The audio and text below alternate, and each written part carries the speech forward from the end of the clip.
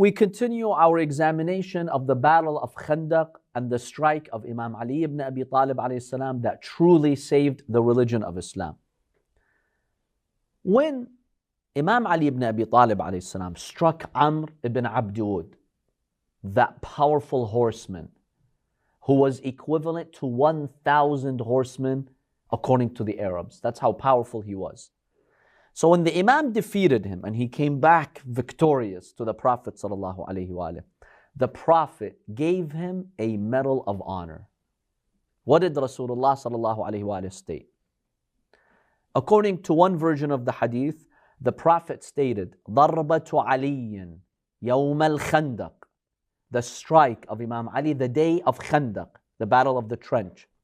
أَفْضَلُ مِنْ عِبَادَةِ الثَّقَلَيْنِ, is more virtuous than the worship of all humans and all jinns, because jinns are obligated like we are. Another version states خَيْرٌ مِنْ عِبَادَةِ الثَّقَلَيْنِ, it is better. So one says أفضل, more virtuous, one says خَيْرٌ, which means better. Both means better. A third version of the hadith states the strike of Imam Ali on the day of Khandaq, أفضل من أعمال أمتي إلى يوم القيامة, is better than the deeds of my ummah until the day of judgment. Imagine every Muslim since the day of the Prophet ﷺ who offered any good deed. What's the value of that? Imam Ali's strike is more valuable than all of that. Yet, in another hadith that Ibn Mas'ud narrates, he states the Prophet said to Imam Ali, أبشر يا Ali, good news, O Ali. فلو وزن عملك اليوم بعمل أمتي لرجح عملك بعملهم. If the deeds of all my ummah is put on one side, and your deed by killing Amr ibn Abdud is put on the other side, your deed is heavier. Al-Majlisi and At-Tabarsi, two of our scholars, they've added another version, meaning they've cited another version. The Prophet tells Imam Ali why. Why are you giving him such a medal of honor? The Prophet tells him that's because when you struck Amr, every house that belongs to the pagans was humiliated. And every house that belongs to the Muslimin, it had honor and glory. By striking Amr ibn Abdud, the fiercest of all fighters, you brought humiliation to shirk and you brought izzah and glory to Islam. So you deserve this medal of honor. You saved Islam. Now, I will share with you some sources for these hadiths that I just narrated. Tarikh Baghdad, Sunni source. Mustadrak al-Hakim al-Naysaburi, prominent Sunni source. Shawahid al-Tanzil, Sunni source. Sirah Halabiyya, Sunni source of biography. And from our Shia sources, you can find this in Majma' al-Bayan and also Bihar al-Anwar. So this is a well-documented statement that the Prophet said at Khandaq that no one can really dispute. It's mentioned in tens of our sources, Sunni sources and Shia sources. This statement that your strike is better than all the deeds of this ummah or the humans and the jinn until the day of judgment. This is documented in these sources amongst many other sources. I just mentioned a few. But as usual, those who are blind to the truth, or they know the truth, but they're stubborn, they have a problem with Imam Ali alayhi salam. As usual, Ibn Taymiyyah has rejected this hadith. He claims that this hadith has absolutely no source, it's not sahih. He says, I cannot even find it in a weak source. We have no sahih hadith that says the Prophet said this, and we don't have any da'if hadith. Even a weak hadith we don't have. So Ibn Taymiyyah just categorically rejects this hadith. And many Wahhabis today, they follow Ibn Taymiyyah. When you speak to them about this hadith, oh, this is not a sahih hadith. They just dismiss it like that. What's the reasoning of Ibn Taymiyyah? He says, look, the killing of a kafir, Amr ibn Abdud, cannot be better than the worship of all humans and jinn, which includes previous prophets. Just by killing a kafir, Imam Ali alayhi salam gets the reward of 100,000 prophets. Like, how does that even work? I can't accept that. This is illogical. We have to reject it. There's no source for this hadith. This is his claim. Now, my dear brothers and sisters, we don't need to waste time responding to this extremist claim over here, to this extremist nonsense. But in 2 words, in 3 words, as we've seen before, Islam was at the brink of extinction. This final religion of Allah was about to go extinct. Remember how the Quran described the Muslims. Their hearts leapt in their throats. They were suffocating with fear. They started to doubt Allah. The Muslims, as the Quran states, وَتَظُنُّونَ بِاللَّهِ الظُّنُونَ. Imagine how Muslims felt, where they reached. Imam Ali's strike comes and saves the final religion of Allah. Doesn't he deserve that medal of honor when he saved the greatest religion of Allah subhanahu wa ta'ala? The act that saves the greatest religion is an infinite act. It's just a priceless act. So yes, it makes absolutely perfect sense. It has all that reward. Anyone who does good after Khandaq, it's by the barakah of Imam Ali's strike. Because had it not been for Imam Ali, no one could come and know about Islam anymore. No one could do any good deed in Islam. So it's clear that anyone who comes after Khandaq and does any good, it's by the barakah of Imam Ali.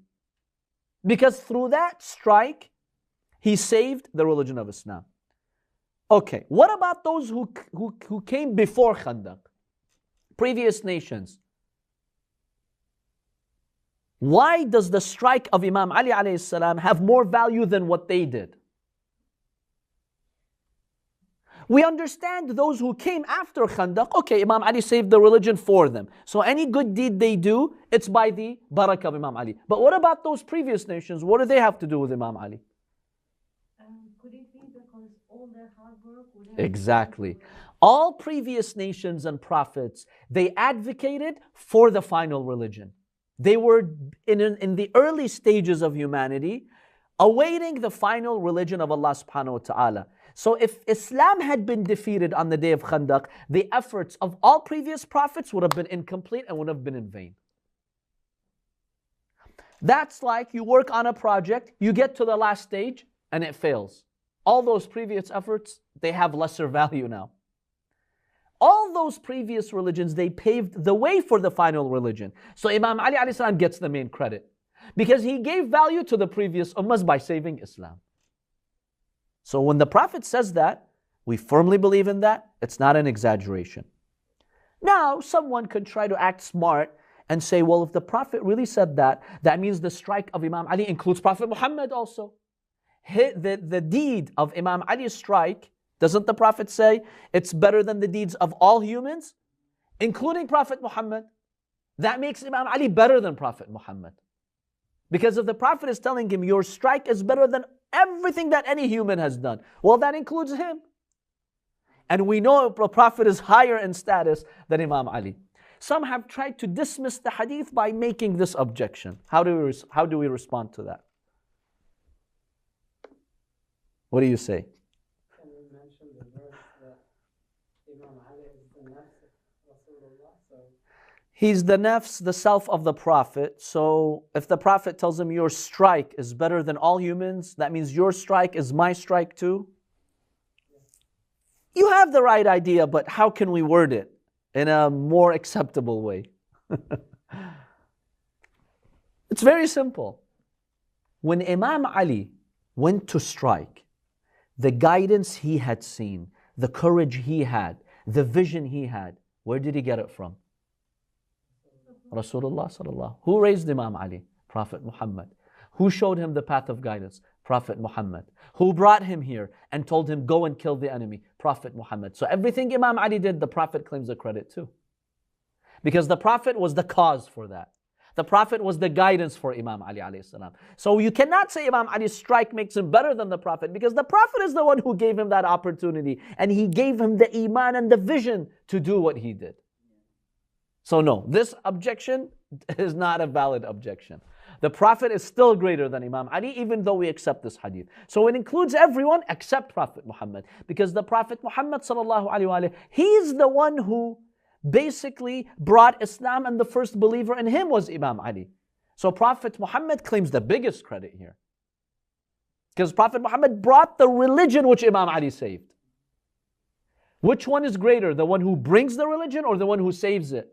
The one who brings it. So we dismiss this, objection here.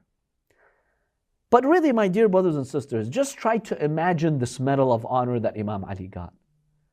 One strike is more valuable than every good deed that has happened in history. Can you just quantify that? Can you just imagine that?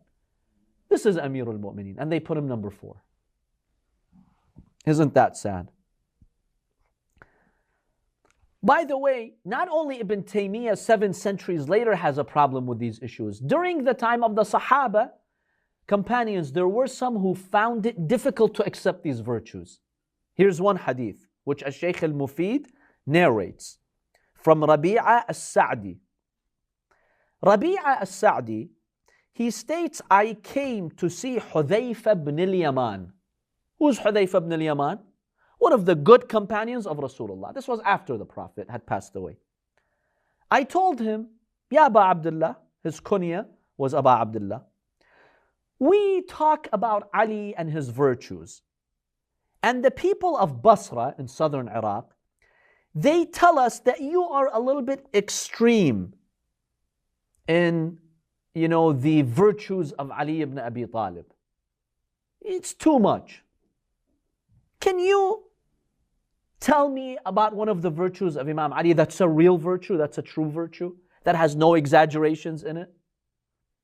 He tells him, sure. Oh, Rabi'a, if you ask me about Ali ibn Abi Talib alayhi salam, I swear by Allah, if you put all the good deeds of the companions of Muhammad sallallahu alayhi wa on one side of the scale, and you put the deeds of Ali ibn Abi Talib on the other side of the scale, the deeds of Ali would outweigh the other one. Just as an intro, let me tell you that. Rabi'a was shocked. He states, هذا الذي لا يقام له ولا يقعد. He says, this is too much, I can't handle it. I can't stand or sit now because of what you've said. It's just too much. The deeds of Ali ibn Abi Talib, they're more valuable than all the companions. How do you want me to accept that? Hudhayfa told him, why can't you handle that? Then he tells him, where was Abu Bakr, Umar, Hudhayfa, meaning his own self? Where was I? And all the companions of Muhammad sallallahu alayhi wa the day of Amr ibn Abdi Wud, when he called on the Muslims to come and fight him, no one went out to fight him except Ali ibn Abi Talib. I swear by Allah, if Ali had no other virtue in his history except that strike, he's more valuable than all of us. You see, even after the Prophet, there were people who had trouble accepting the virtues of Imam Ali. It's jealousy or ignorance. They cannot accept it. That's why Imam Sadiq alayhi salam, he comments on one verse in the Holy Quran. أَمْ يَحْسُدُونَ النَّاسَ عَلَى مَا آتَاهُمُ اللَّهُ مِنْ فَضْلِهِ. They are jealous of certain people because they have virtues from Allah. And Imam Sadiq says the prime example is us. نَحْنُ الْمَحْسُودُونَ. We, the Ahl al-Bayt, we're the object of jealousy. People are jealous of us because Allah has given us so many virtues. So Imam Ali alayhi salam clearly saves that day, and the Prophet sallallahu alayhi wa gives him that medal of honor. There's one interesting hadith. We already talked about the conversation between Imam Ali and Amr. But there's one interesting hadith here that captures a part of that conversation. I'd like to share it with you. So remember how Imam Ali ibn Abi Talib goes to Amr and the conversations that took place between them? According to this report, Amr said, I shall not shed your blood because your father was one of my old friends. Remember how he used that card? Then he says, I'm thinking about your cousin who has sent you in the field with so much confidence. I can pick you up on the point of my lance, the spear, and keep you suspended between the earth and the sky so that you're neither dead or alive. He's trying to humiliate and scare Imam Ali. He's finding a way to demoralize Imam Ali. Amr is very smart, by the way. Aside from his physical powers, he's very savvy in what he said. Any other person than Imam Ali would have been demoralized by this. Look, he makes 3 targets. He throws 3 arrows with his words. Number 1, he tells him, your dad was my friend. When somebody tells you that, you kind of lose your strength. You get emotional. He has history with my father. Should I fight him? Should I not? That thought itself just weakens you. See how evil Amr was. Secondly, he tells him, your cousin sent you with so much confidence. Indirectly, he's trying to tell him, how come your cousin sent you if he loves you and cares about you? How come he's putting you in danger? Somebody who has weak faith will think, you know what, seriously, how come the Prophet didn't come himself and fight or send somebody bigger than me? Why did he send me? Why did he send me? See how he plays on the emotions? Number 3, he makes this threat. He's like, if you're going to fight me, I'm going to, he's acting like this huge warrior. I'm going to just like carry you with my sword and suspend you in the air, where you're neither dead or alive. It's a scary thing. Anybody who says that to you demoralizes you. And also, Sayyid, the second one that he said that your brother sent you, Your cousin. Your cousin sent you, also suggesting that, with so much confidence, suggesting that if you fail, you're going to let him down. Exactly. And that's the 4th one. You're right. He's telling him, look at the pressure on you. You better avoid confronting me.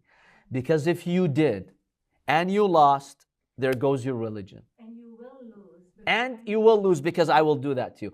See what Am said to Imam Ali, it was powerful. I mean, only a savvy, evil shaitan can say that. Look at the answer of Ali ibn Abi Talib. He doesn't know whom he's dealing with. The Imam tells him, you don't need to bother about my death. In both cases, whether I kill you or I get killed, I'm going to paradise and you're going to hell. The Imam is telling him, if I come here and I get killed, I'm going to heaven. I have no fear. But you're the one who's going to hell in either cases. If you kill me right now, later you're going to go to hell. If I kill you right now, you will go to hell in a few seconds. See how Imam Ali demoralized him? He gets angry and he tells him, oh Ali, this division is not just. Because in both cases, you took paradise for yourself and you gave me hell. Subhanallah. But Imam Ali, he gave him that final blow. This shows you that Imam Ali wasn't just powerful physically. No. Mentally, psychologically, emotionally, no one can beat Ali ibn Abi Talib alayhi salam. No one can beat Ali ibn Abi Talib. This is the commander of the faithful. And when you look at these scenes, my dear brothers and sisters, I want you to always remember Imam Ali's patience after the Prophet. Many people struggle with the attack on his house, and this is Ali ibn Abi Talib, who can mess with him? You know what's stronger than the strength Imam Ali showed at Khandaq? Imam Ali showed historic strength in Khandaq, physically, emotionally, and psychologically, and in his faith. What's stronger than that is for you to be attacked and you have to be patient. That's harder. It's easier to go and fight and defend. But then when you're told by Allah and His Prophet, things will happen, you have to be patient. Don't fight immediately. You know how much more difficult that is for someone who's a warrior like Ali ibn Abi Talib. And this tells you Ali ibn Abi Talib was not driven by like vanity and pride and personal valor. He's driven by Allah. What does Allah want from me? He tells me to strike, I'll strike. He tells me, be patient, I'll be patient. That's why we love Imam Ali so much. Because he really worshipped Allah the way Allah wanted. When Allah tells him, bring out your bravery, he did. When Allah tells him, bring out your patience, he did. That's why he's so great. Not anybody could do that. Not anybody could do that. Some people, when they're instigated, they get angry, khalas, they lose it. Imam Ali had to be patient. And that's just the toughest thing. There's an interesting narration here. Honestly, we cannot verify its authenticity.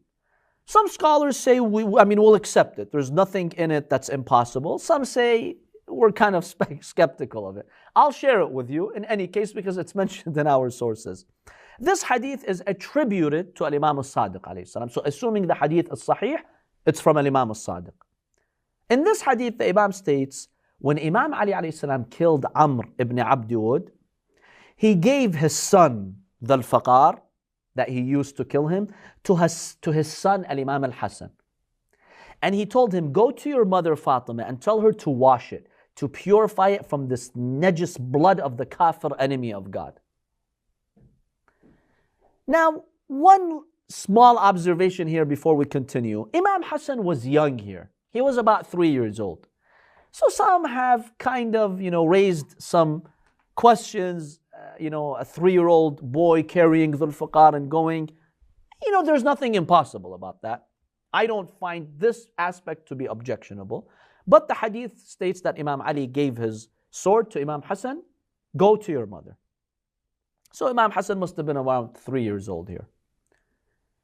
Imam al-Hassan takes the sword to Lady Fatima. She washes it.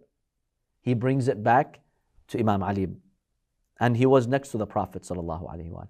Imam Ali inspects the sword. He notices there's a drop of blood.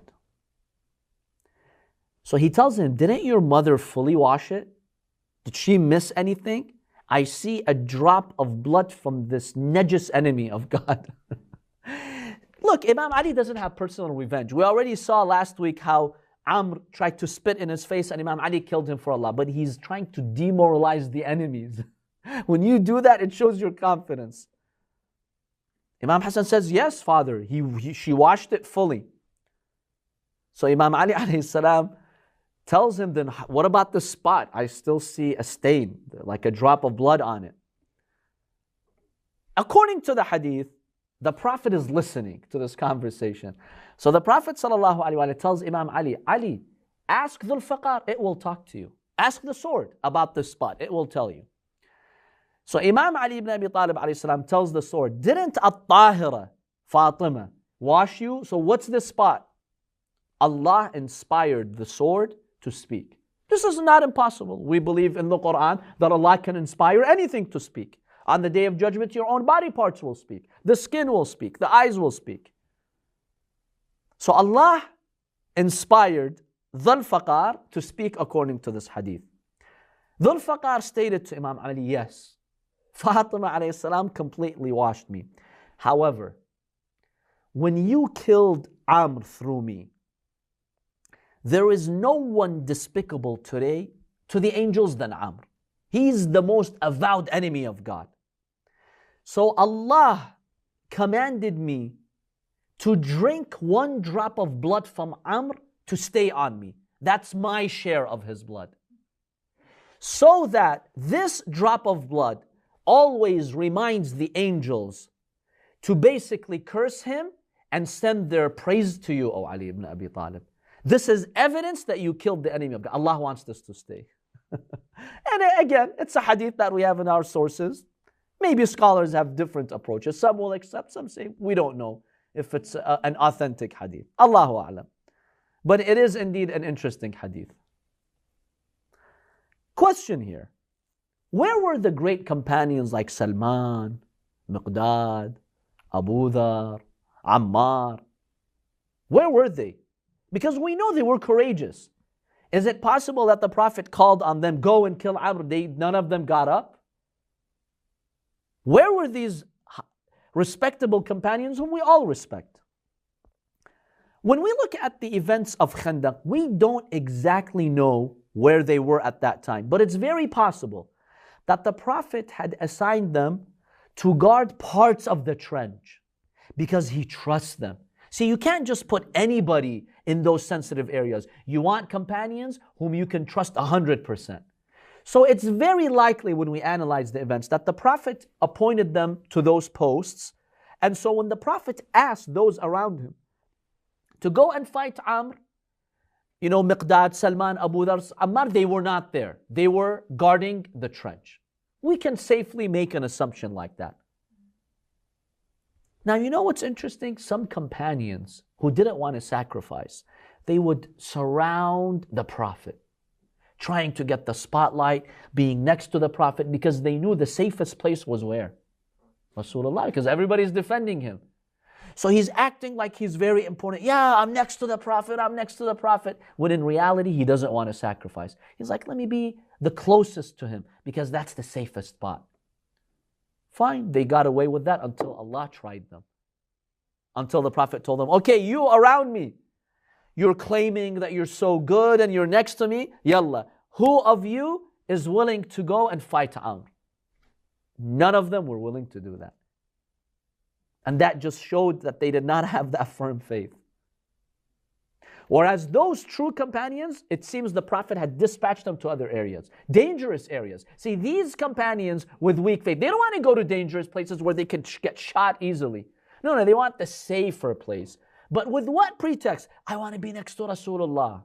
Allah tried them and humiliated them. And Allah described them. You started having doubts about God, and your eyes couldn't see, and your hearts leaped into your throats, as the Quran states.